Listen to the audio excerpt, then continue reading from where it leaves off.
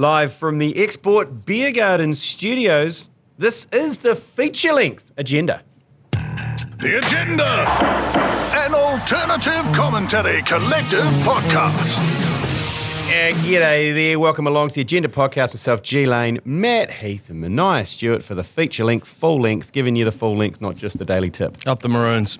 Up the Maroons, the guts, the grit, the heroics, having that little bit extra inside. It's against, everyone's being sent off with bloody concussion tests. You got injuries, you've got bullshit yellow card situations going on. You're getting people picking on Reece Walsh at the kickoff. And they just looked deep within themselves. The unfavoured Maroons come through in game one. So we're at Shapiro's, Manaia and myself, and James McConey went along to Shapiro's to watch it. Shit, it goes on for ages. But but it's funny because I interviewed a lot of people for the TAB. We were just trying to find out people's allegiances, New South Wales, Queensland, and where that comes from. Yeah. Because it was a room full of Kiwis. Yeah. And there was like half the pub were chanting, New South Wales, New South. It's like, this is so weird. I'm in Auckland. Yeah. And normally, most of the time we rag on Aussies. Yeah. We hate them. Mine's very movie world focused, my allegiance. Right. Yeah. So you went to It's Movie Goldie. World. Yeah, it's Gold very Coast. Warner Brothers. It was very, it's very Goldie focused from a few holidays as a kid, That's very Goldie focused. But that's what always frustrated me about this rabid State of Origin allegiances, because my family live in Western Australia, so I'll be at a bar in Kalgoorlie watching State of Origin, and people are having dust-ups in the corner over Queensland versus New South Wales, and they're both from Hamilton, and it just makes no sense to me. And they're living in Kalgoorlie in Western Aussie. So, your New South Wales, they've spent a bit of time in a job over there or something, or they went to a concert I don't know, you've got maybe some rallies moved over there. Well, I'm a New South Wales fan, and I had to go deep with someone because they're like, why do you support? And I was like, I don't know. And like a lot of people were like, I don't know. And I tried to go back and think about it, and I was like, okay, the only thing I can think of is, one, it was my first ever international trip was to Sydney. Yeah. And it was on my 14th birthday, and I didn't go overseas for ages after that. So I felt like Sydney was the only thing in Australia I knew. That's a good enough reason. And I hated Wally Lewis as a kid because he was always so mean to the Kiwis. Yeah. And he was this bald guy with a moustache who smoked durries after the game, and I just hated everything about him. How did you think about how did you feel about Smell My Finger? Smell My Finger? Oh, yeah, look, he played for Canberra. He played with Brent Todd. He was okay, but he's still... The Maroons never... I don't know. Resonated? Nah, they didn't. And for some reason, the city... And the Blues always have an air of like city slicker about them. Yeah, they do. They feel soft. Yeah, and I think that's why we as Kiwis don't identify with them. But no. And so I've got Except family, me. except for Lane. But I have family in Queensland. But when I started watching rugby league and started watching Origin, they were in the middle, Queensland, of that massive decade-long run. And I was already a Crusaders fan who were already in the middle of a decade-long run. Yeah. I was already an All Blacks fan who was bandwagoner. and I was already a Breakers fan who'd just gone 3 on the trot. And I was just like, I need a bit of pain in my life. I'm just going to stick with the Warriors. But isn't it funny, because I feel like when people say that they're New South Wales and they're Blues fans, they're like kind of start apologising, like the default is to be Queensland and New Zealand. Nah, I'm New South Wales. I mean, but it was funny, and also at the pub I was talking about, one guy said, I said, why do you support New South Wales? And he goes, because my mate supports Queensland. That's a big part of it. Yeah, that's a big part of it. I don't want to be I don't want to be part of him. Over there, they're like, it's got nothing to do with you guys. Stop getting so aggressive about it. But that is the big part of it. It's like you've got to support one team because that's part of Origin, is getting G'd up. Yeah. So last night, whenever anybody was asking me where my allegiance lied, I'd look at their jersey and just say the opposite. Like if they were in a Blues jersey, I'd be like, I'm a cane toad, always have been, bleed maroon. Is there anything like the kickoff game one, State of O, and didn't fail to provided with little baggy on the Goldie, Reece Walsh, just getting smoked. And then you know that the left hand is thinking, I want to kill this guy, but the right hand is thinking career now in terms of Biff. There's too much career in the right hand. Know. When it comes to State of O, it's okay in State of O, because it sort of sits in this weird Venn diagram, just sort of outside the NRL. Yeah. Where suspensions actually do count towards Origin, but I think you'd be forgiven, if not applauded, for just throwing hands. Yeah, I mean, how good. Throwing hands right at the start. Tino and Payne Haas got into it a couple of years ago, and people love them for it. Yeah, protecting your very good-looking little baggy on the Goldie guy. Speaking of baggy Goldie on the guy, did you see Reece Walsh? I mean, look, this is smart from the NRL. Obviously, they're looking to expand their audiences outside of middle-aged dudes. Yep. And at the camera, Tough. the camera of the changing. We're trying to do the same thing. I know. The camera in the changing room just happened to spend, I reckon, about 30 seconds on Reece Walsh and his Budgie Smugglers doing some sort of stretch, like some sort of crawl, and it was like just gratuitous kind of That's like. no coincidence. That was in the run sheet. It wasn't even a stretch. He wasn't stretching. He was just walking, he was crab like walking. kind of doing this real slow crab, like tensing his quads in budgies, no top on. Yeah. That's in the OB truck. You're so naive. They're like going, and he's scheduled, and there's a stage manager. Are you ready? Close off. Walsh, close off. Is you ready? We got talent ready. Talent travelling. He's good. And coming live. 3, 2, 1. Yep. Then the little crab walk in your undies. Let's go. Okay. I woke up this morning, my missus was looking at her phone, and that was the video that she had on there. She was like, have you seen this? I was like, oh, of course that's the thing. But, so it's obviously working if they're trying to rope women in. Well, Sonny Bill Williams, shirt off situation in 2011. That brought a lot of women to the game. And I'm happy to reap the benefits, you know. I'm about to say, did she put that phone over your eyes and then just with the screen facing her? And the weird thing is we'd be okay with that. I was. We'd be okay with that. We'd be like, well, at least we're getting something. Yeah. Happy to pick up the scraps. Hey, also, a lot of chat last night around, people they've been to a State of Origin game, and a lot of people haven't. But the next question was, if they're taking it to Adelaide and they're taking it to all over Australia, what do you have to do for it to come to New Zealand? McLean Park, Napier, let's go. Yeah, but you did right though, because like Adelaide didn't seem to particularly give a shit that it was going on there. But it was sold out. Well, I know, but they were coming in. They're coming in, and but there's bars all around New Zealand that are just packed with rabid fans. Like it was going off at Shapiro's last night. Eden Park. You've got to be Eden Park. You can't put it out at Mount Smart Stadium. Can't put it out at the Leak at Eden Park. Eden Park, you could put extra seats in there. I reckon you could get 50, 60,000. I reckon it would sell out in hours.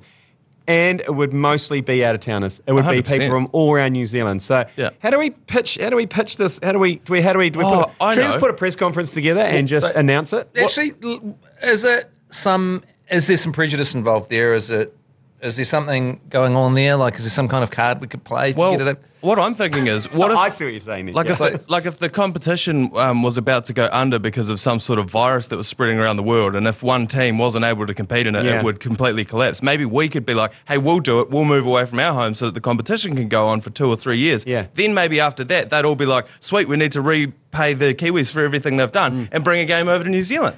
No. Would it completely ruin? It would actually completely ruin the NRL and completely ruin State of O if they extended it to 5 games. That's the kind of thing that people would be looking to. Remember when the Big Bash got extended to 1 million games and destroyed it? But I think the only way New Zealand would get a game in there if there was 5 of them. I don't know because it's going to Adelaide. It's a shorter flight from Brisbane and Sydney to New Zealand to Auckland. I reckon it's a possibility. And it's not really a home game situation in the same way as it is, for teams here, you know what I mean? Because everyone's coming from all the different franchises. Yeah. I reckon the Warriors don't want to play at McLean Park, and I think that they're behind the situation with I think they're in the back room going, why are we playing some of our home games as away games, Yeah, that is a crock of shit. Yeah. That should have been a Broncos away game, a home game. I reckon. Yeah. I reckon that it's just all about coin. I reckon. Yeah. Because Adelaide must have pitched to get that. 100%. And that's what brought in the 80,000 fans, and they would have made money out of it. So you just got to pony up cash. This is out of left field. Would Invercargill be able to get enough money to get it at Rugby Park? Well, they've got the trust there. Probably more chance than Auckland. Let's be honest, because the amount of loopholes, the amount of committees you have to go through. You'll have the Arts Council. They'll get up in arms. Why are we funding a sports event? We'll do it, but it's only if it's at Colin Maiden. I don't even know where that is. But, Invercargill's got the trust that's built that massive velodrome. The Southern cash. Steel play there. And tell you what, when I think league, I think Invercargill. Yeah. How about Runanga? Yeah, Previous stronghold of rugby league in New Zealand. Yeah, the West Coast. On the West Coast. Not a big capacity in terms of... What was the name of that park that we went to watch that bitter game? It was... that's Utes. That's basically watching through the front window of your Ute kind of... That was footy. great. That was great stuff. It was real grassroots footy. But look, it's fair to say that the NRL will never be back to Napier. Did you see the footage of someone I think it was some NRL meme page put it up and it said hundreds of streakers, and it basically had one guy filming, and there were people just running on with their clothes, running to the thing, seeing security, running back. Yeah. Meanwhile, 3 or 4 more. It wasn't just because On Sky, they never showed it. Yes. And so the great footage, and I shit you not, in a 3 or 4 minute period, 9 or 10 people were attempting to storm the wall. All with their clothes on, like a bunch of cowards. Yeah, I talked to Laura McGoldrick, who was down there at the game because she fronts those shows for Sky, and she was saying that's exactly what it was like. It was like a wave that would come over from this side, and all the red badge security would run over there, and then it would wave would go back the other way. One of those clips that I saw was a woman. She was holding a handbag. Yes, she had high heels on, and she tossed it off, and then she went, "Oh shit, I'm gonna get smoked," and she totted back and hopped back over the fence. Well, you know, there is a conspiracy theory going around on this that it's big red badge, big security. Security. Because they're plants, and they were like, you know what, you need 10 times as much security. If you want to secure your games going forward. Big high vis involved, and people willing to take. These aren't even league fans. They find people that don't care about league, and shove them in the crowd. Because, I mean, they're not going nude. Like, it might be hard to get someone to go nude. Yeah. But just some dickhead running in, filming himself on his phone, you can get that. Yeah, I know. It's and the whole match awareness thing. Can McLean Park cover itself in glory at some point? No. Like, it's either sunstrike or can't drain. Yeah. Or can't sell tickets. Yeah, or can't sell tickets. It all went wrong when they stopped allowing you to bring a crate of beer into the ground. Yeah. Back in the day with the crate of beer, no problems. And full grounds every time. Well, would being able to bring your own crate of beer in actually stop streaking? Because nobody's going to leave a crate of beer unattended to run out onto the park, are they? And a crate of beer will take an entire league match to finish. Yeah. 100%. And you cannot risk losing one of those bottles. No, 100%. Well, you got to take it back and recycle it. Yeah, exactly. So you are tied to that crate of beer for the whole down. Have we just solved streaking? With drinking, more drinking. So the only booze you're allowed in there is a crate. As a crate. A full crate, not just a crate bottle. Like a full crate, yeah. There has to be some sort of jeopardy of... And then people will be golluming. They'll be sitting on there going... if anyone comes near it. And if you run on the field, your crate is fair game. Correct. Yeah. I reckon we fixed it. Yeah. I've told you about this.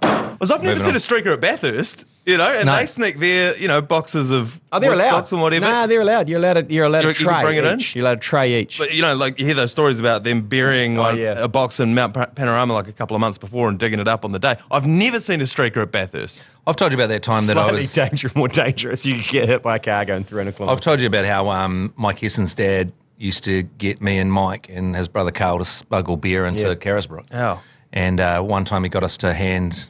No, he got in and he tried to hand a crate over the fence. He climbed up and handed over the fence, and this guy said, "I'll get it for you," and he took it off him and went, "Fuck you!" and ran off with his whole crate of beer. And Mr. Hesson climbed up to try and get over, and he got his pants caught, and his entire pants were ripped off. And then he's looking after us little kids, and then he had to walk into the ground in his undies. Did he find the guy? He would spend the whole game searching for that guy. That guy was going to get a doff if he caught him. Surely. Stole the whole crate. Yeah, stole the whole crate. But who hands it over in Carisbrook in the 80s? Anyway. You're asking for it. A final weekend of Super Rugby before we hit the playoffs and the knockouts. I don't think there's going to be much surprises going on at all. Blues Highlanders is an interesting one on Friday night. That one there, the Highlanders kind of have to win to make the top 8. To secure Look, I'm a huge fan of the Highlanders, but it's an interesting competition when they can make, after a historically bad season. Well, yeah, look, there's 12 teams in 8 places. Yeah. So, 4 teams are going to miss out. Yeah.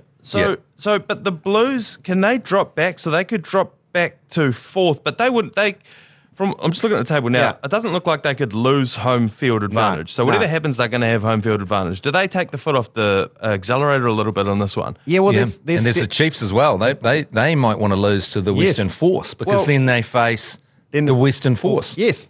So there's machinations going on here where people could throw matches just to mess with it. Our New Zealanders, I always feel like we are silly like that. Like, in the World Cup, we always make sure we win every ball play game with momentum, and we have to make statements constantly. But like South African teams and Australian teams will play strategically. They'll rest players. They'll be willing to win. I just can't see the Chiefs' mana doing that. I can't see that, even though it'd be better for their path through. They would somehow feel like they lose a bit of mana winning the tournament. Oh, but I also think, like for the Rugby World Cup example, it would be pretty egregious if the All Blacks lost to Namibia. You know, like it'd be pretty hard to defend that one if you were just like, well, look, the better team won on the day they wanted it more. But I think when you go to the Rugby World Cup, everyone plans their Rugby World Cup build up for that game against the All Blacks. They're having to beat the All Blacks, right? Yeah, they do. So if we just threw it in Namibia, then they take the eye off the prize and go, oh, these guys are rubbish, and we just fart through, and then they do all their preparations around England or South Africa or Australia. So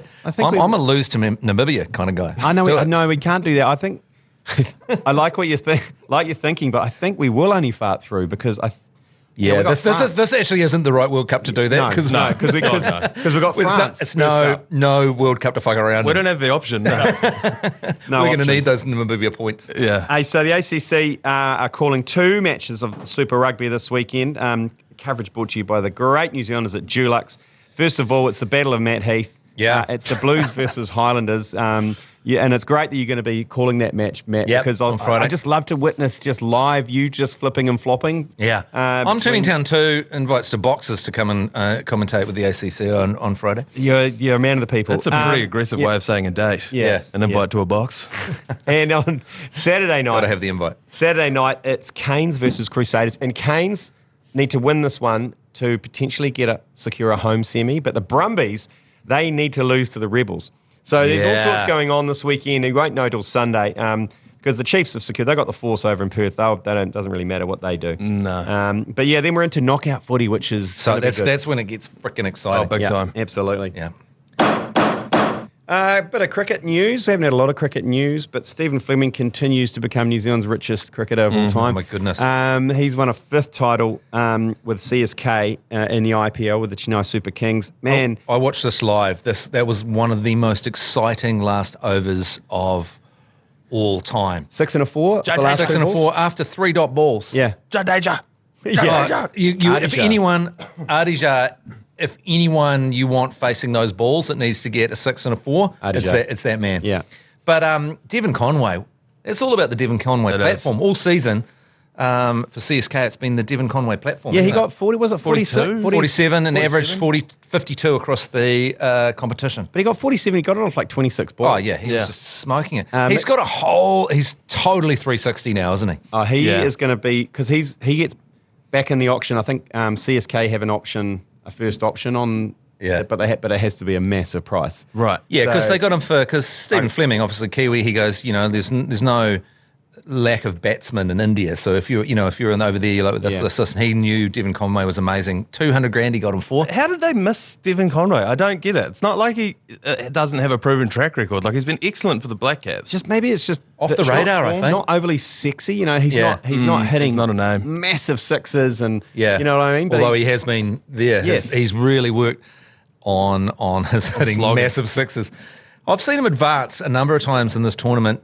And advance down and swing so hard that he swings. He hits the ball for 6 and swings right around and ends up on the ground. Like he's really added the baseball club to his repertoire. It's the last string that he needed to his bow. He's a beautiful shot player, strokeman. And Donny, so got out for Golden Duck in supposedly his last match, but he's come back and said he's going to go again. He's going back for CSK? Going again, yeah. He looked too good to why wouldn't he? Basically, this whole IPL season has been a farewell tour. And he's like, lapped it up. Everyone's wearing his fucking shirt. Everyone's like, and it's a farewell tour. And then they win the final and he goes, I'll go again. But he got a Golden Duck. So is he basing coming back on the Golden Duck? Probably. I reckon. And when that Golden Duck happens, you're going, last game, what are the chances? MS Dhoni, the most famous finisher in the history of cricket. But I know it's very hard to get yourself out golden. It's one thing to bat slow or a variety of other things unless you hit wicket. Yeah. I mean, also you shoulder harms and it hits the wicket. Is he running some frosted tips? He's looking better than ever. He is. It's like an unusual look. It's a man who's in a midlife crisis to me. Yeah, he's been in a good pattern. Well, he is. He's come face to face with his own cricketing mortality. He's just pulled out of retirement because he's not willing to face it. This is his midlife crisis. That's a classic Brady situation. Yeah. What I really liked, because I watched this game live, much to the detriment of the Matt and Jerry breakfast show that was on at the same time. But I love players like Devon Conway. So he's not the first to run. He contributed more than anyone across the whole seasons for their victory, but he's not the first running out in the celebration. Yeah. He's not jumping out. He sort of comes out very cool. Yeah. give friendly handshakes. Got the MVP. Yeah, just comes through, and he's just operator. he's born and bred New Zealander, and we should be very proud. Will you be watching the World Test Championship final? When is it? It's in Who 2 cares? weeks. It's in 2 weeks. No. Who cares? It's at the Oval in London. It's Australia versus India. It's what the ICC wanted. Yep. It's what they wanted all along. The Yep. first time they did it, they were mightily pissed off that New Zealand were in the final, let alone they won it. Yeah. So they made it impossible for any team other than England, India, and Australia to make the Yeah. final, and it's done it. But I can And- kind of see now why India didn't give a shit, and like no one gave a shit that we'd won it. Yeah. They were like, that doesn't really mean anything, because now I look at it and I'm like, it doesn't mean anything. I don't care. No, I don't care. Until India win it. Yeah. Yeah. Now, Well, the Ashes. When does the Ashes kick off? A week after that, so Because we're talking how- late June. How good for Baz McCullum with the Baz ball and coming on as the coach of the English Test team that the first Ashes after in his tenure is in England and not Australia? Yeah. Because it's a graveyard in Australia. Yeah. Oh, yeah. So, oh my God, how good. And it really puts some juice in it for us And as New Zealanders. Yeah. Because, it's Baz. We've got our team. We've gotta We've go got for Baz. Stokesy, and we've got bloody Baz ball. Yep, and all the other South Africans that play for them as well. Yeah, yeah. They're Kiwis as well. Yeah, Stokes, yeah. folks, works. Folks, Wokesy, all Yeah. that one. Rumour has it, and this is unconfirmed, that it potentially is going to be free to wear, the Ashes. Is that right? Yeah, because TVNZ picked up all of Spark Sports cricket rights, and that includes the English Cricket Board, ECB. Wow. So definitely I watch that. might be wrong. Don't take me for my word, but that's kind of my understanding. What a sort of second fiddle kind of opening band situation they've turned the Test Championship into by being just before the Ashes. Yeah. It'd be it's just a warm up. It's a warm-up game, yeah. And Aussies aren't playing any warm up games before this Ashes. No county cricket, nothing. They're playing the World Test Championship, and then they're just coming in hot. What do you think? What do you think about that? Like lining the two teams up. I mean, Who's going to win, you mean? yeah, because I think Australia is kind of the team that Baz Ball might not be the greatest approach against. Yeah, they've got some dangerously good bowlers. That's Yeah. why. Who in England. I mean, England go on about their conditions. They use a Duke ball. It swings around. It's got a bigger seam. They've got Jimmy Anderson. They've got Stuart Broad. Blah blah blah. Whatever. But Australia have just as good seam bowlers, Yeah. and they'll be licking their lips at the nice juicy. Just as good seam bowlers with a little bit more pace and a little bit more youth. Yeah.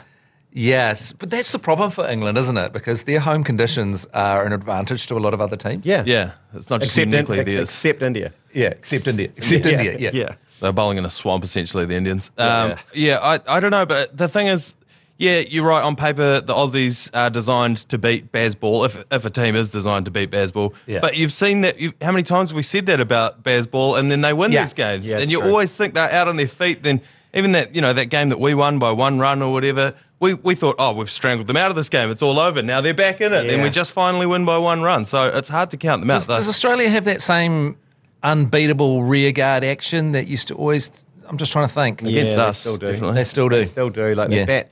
'Cause- Like even their fast bowlers, even old cum dog millionaire, Yeah. he can bat.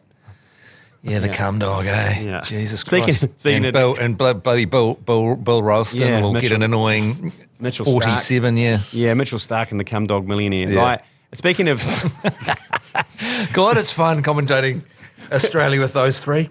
What's the other one? There's the Oh, cum dog millionaire, there's and- Bill Ralston. and is Biff Tannen? Is it? No, it was Pooh Bear. Oh, Pooh Bear.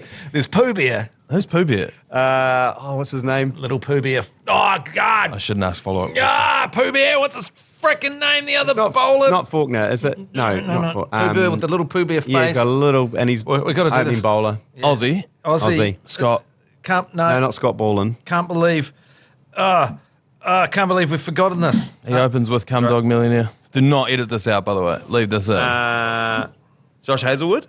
Yes. Fucking hell. Yeah, that's it. Pooh Bear. Pooh Bear. Shout out Pooh to- Bear, the cum dog Millionaire. and Bill Ralston. So speaking of nicknames, we've got a nickname ACC nickname bracket battle going I on. hate myself for getting that. Like, I don't think I'll get over it for the rest. I'm not going to the Radio Awards anymore. I'm going to go home and cry. Shout out to young Tom for shouting that one. Yeah. Yeah, there we go. So the Wounded Conference versus the Punisher Conference bracket is coming. We're looking for the ultimate ACC nickname. And when we went through these brackets, There's just they kept coming up. Yeah, so they just kept coming. It was initially going to be a top 8 that we were going to vote off. We're like, nah, it can't. It's going to have to be 16. It's now blown out to 32 because we just couldn't trim any down. So your favourite nickname might miss the cut, but there's just so many of them that we also can't fit it all into one graphic, and that's been the big hold up. Is that I've had to contract someone in to design the social media for it. Is that like, what, you want to do 32 different nicknames? That's not going to fit on an Instagram tile. So, look, we're working through the logistics. You don't need to worry about that, but just get involved when it goes up. Hey, just more chances to win. By the time you listen to this podcast, probably competition has closed. But on Friday night, during the Blues versus Highlanders match, we will be announcing the winner of the person who will be bringing a mate along for the Export Ultra Beer Garden Tour to Gay Putty. On Friday night. So tune in Friday night. We're going to get to know these people intimately. Yeah, absolutely. And it'll be interesting to know whether they bring their partner or not. That's always fascinates me. We've been on a few trips, haven't we, Matt, where they bought the partner and immediately regretted it. Yeah, we've been on one where we were going somewhere and it was to watch a cricket game overseas in an exotic location, and at the airport, the partner said, I hate cricket. Oh, God. Yeah. And you're thinking, I bet there was a mate of yours out there that would have really loved this once-in-a-lifetime experience. Anyway, so also a bit, if you missed out, on Friday night, if you miss out, we've got some good news. There's more chances to win to go to Paris. So stay tuned on Saturday night's commentary without giving it away. But also, if you want to win a freezer filled to the top with lasagna toppers, a deep freeze, plus a topper warmer for your flat, or for your house or for wherever you're. It probably suits more a flatting environment. Text topper plus your region or your Super Rugby team to 3236 now. We've got 3 of them to give away: Auckland, Wellington, Christchurch. We can go elsewhere as well. I'll tell you where it works well but isn't welcome is in an office environment. Oh, yeah. Because the Alternative Commentary Collective's office is actually right next to the Hits radio station, and they do not appreciate a freezer full of toppers being fed through a pie warmer every single day. Oh, yeah. How'd they freaked out with the air fryer, didn't they? Because we had the air fryer and a little bit of smoke came out, and they're like, what's going on? Whoa. Yeah, John and BNA, they're like, they're scared of the smallest little thing. Yeah, it's just like... They thought it was a prank. They thought that one of them was going to end up in the topper freezer and the other one was going to end up in the air fryer. Also, get back to playing Pink and some other punishing Miley Cyrus songs. I can't believe they moved you away from Radio Hauraki. We were the perfect mix. We were a match made in heaven. We were all best friends. And now I have to go through 5 doors to visit you in the morning. Yeah, there's something going on. I think there's a plot. Really? There's some sort of plot going on to break us up. Yeah, it's like a teacher will do that. Matt, you're no longer sitting beside Brycey. You're on the other side. Yeah, I think that's part of it. Yeah. That is part of it. And also, I love the rule around, you're not allowed to drink, and you got to have, you can only drink alcohol in a certain area. And then we go over there. We've got a beer fridge. We've got a Red Bull fridge. Yep. We've got a deep freeze full of toppers. Yep. We've got, and you can only cook in the kitchens. We've got an air fryer on our desk. We've got a topper warmer on there as well. Well, that constitutes a kitchen in my book. And we've got a coffee machine. Well, the only way you can beat them trying to split us up due to the poor behaviour between the ACC and Radio Hauraki is for you to be so disgusting over there that they move you back and they go, you guys just wallow in your pigsty over there, and we'll just keep you out of the way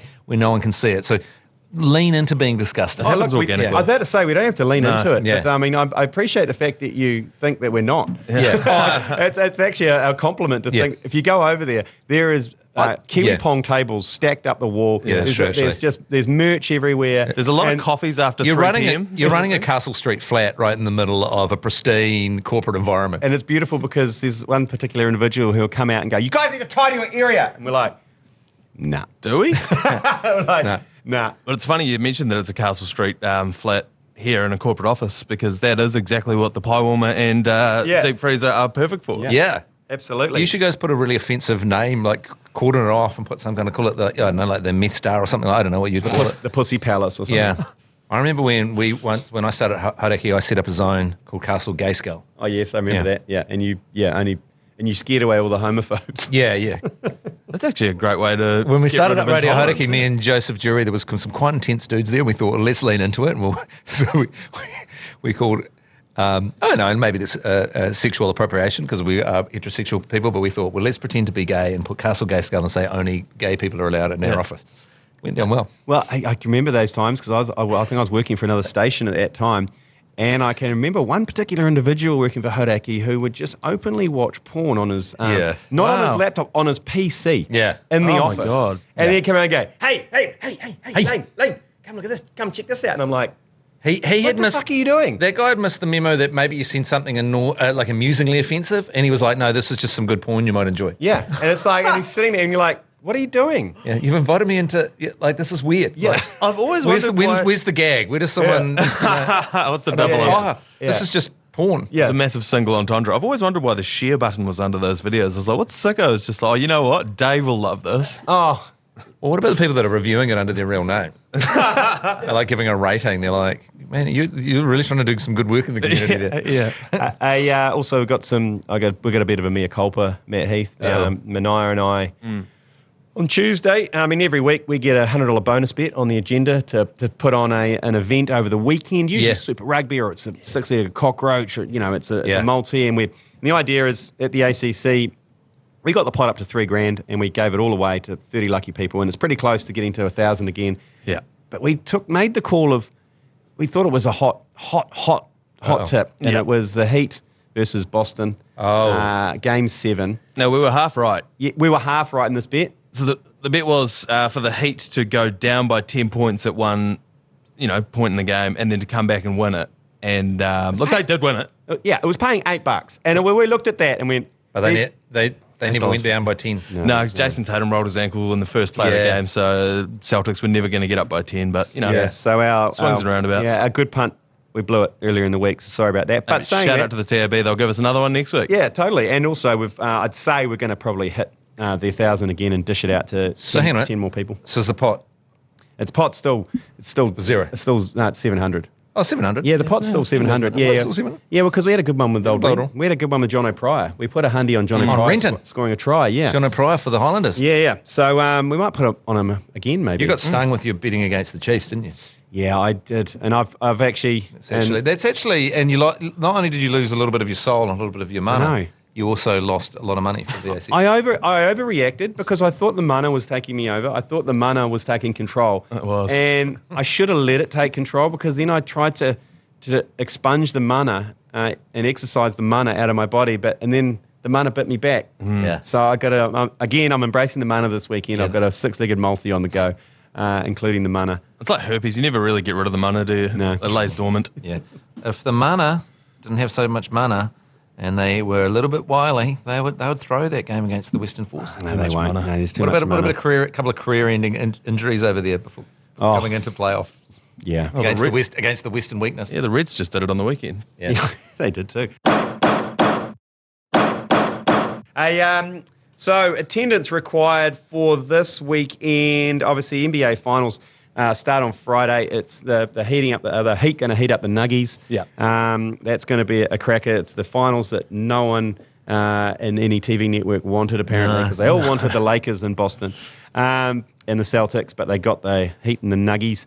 NHL Stanley Cup begins on Sunday at midday. Now, not many people will care about that except Joseph Jury. So is he taking his normal annual leave? Just sit at home and watch nothing but...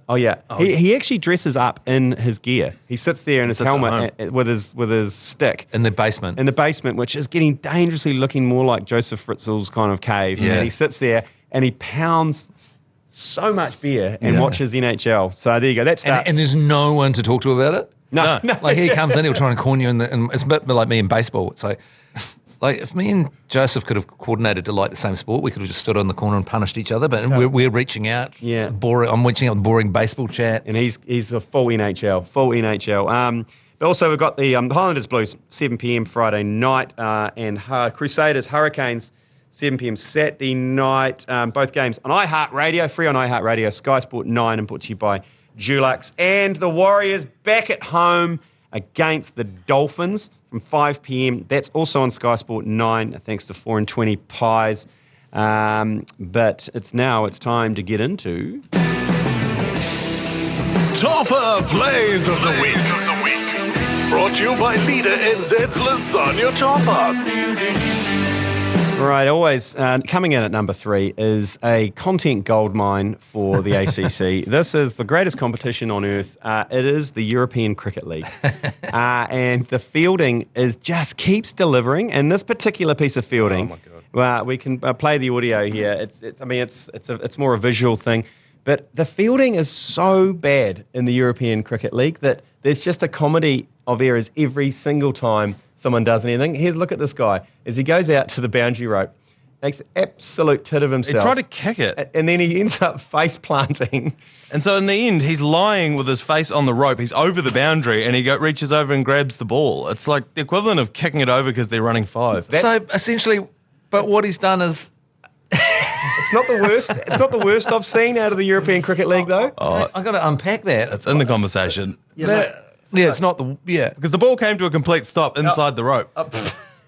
And then he leaps. So by touching it over the boundary, does he make it a boundary? Yes. He does, doesn't he? Yeah, So, right. it's come to a stop. Yes. And he's gone past it, tried to do it with his foot. He slipped over and just tapped and gone, there you are, you're a boundary. He could have laid there until the wicketkeeper got to the ball and threw it back in, and it would have been a better result than what he did.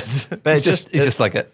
He's seen those people, he's seen the professionals when they catch it over the boundary in the air and throw it back, and he thought, that's what you do. It reminds me when Lee Hart was trying to start the the catch a million, and he was going to stop a 4 million. Yes.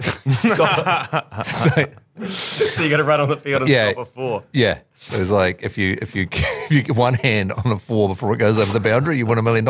Anyway, it's a red badge situation. But the thing is with that European Cricket League fielding, they won't even make my top 10 of European Cricket League fielding howlers. What was that guy's name? Pavel Florin or something like that? He was tremendous. This though is and what it stopped. This is what it looks like if you ever watch yourself play sport back over 30. Because you, in your mind, like what you were saying, in his head, he was doing the thing where you jump over the rope, then toss it back in and catch it again. And that's what he thought was happening in his head. But this is what it looks like. And I'm playing in a social basketball league at the moment where they film it. And when I think that I've done something, I was like, geez, how close was I to dunking that? And you look back, you're like, no, couldn't have jumped over a phone book. Okay, coming in at number 2. Now, during our assistant coach bingo, we love assistant coach bingo at Super Rugby. They come back after the ad break and they go to the assistant coaches who would rather be anywhere else but down in the tunnel smashing out some cliches. And to finish off, this one was great. It must have been a bet. I don't know. But this is former All Black Kane Hames, assistant coach of the Queensland Reds. This is how he finished the interview. Set piece line out worked well. Couple of scrum penalties though. What are you seeing there? Well, Holland is very good at what's going on? A small hit and chase. Alex, if we can fix that up, almost win that back, it should be okay. All the best for the second half. But he did that. The way he walked off, he just didn't go. He turned and went and walked offset. It was head back. That sounds like a. Does that sound like a bet? Or? It does sound like it's like a bet. When you finish things, just go. I don't know. I feel like were they losing at that time? The Reds? Yeah. Was he? Nah. They were just. It just seemed to me like a guy who thought they were about to lose, and he was just like, 40 minutes more of this shit. Maybe a bit of tension between him and Ricky Swannell, who was asking the questions. Maybe. Or maybe he just couldn't be bothered dealing with these Aussies anymore. Terrible cliched questions, but like. You don't want that as the hype up at halftime, do you? Like if the coach goes, anyway, get out there. All right, guys, second half, let's go. Oh God, it was the kill me. It's the way he threw the head back as well. That actually reminded me of Manaia and the way that he deals with hangovers at work. And you go, hey, Manaia, do you reckon you could edit up? That's why. I will do it. I said to Tony Lyle at the time, I was like, geez, there's something about Manaia there. It's like,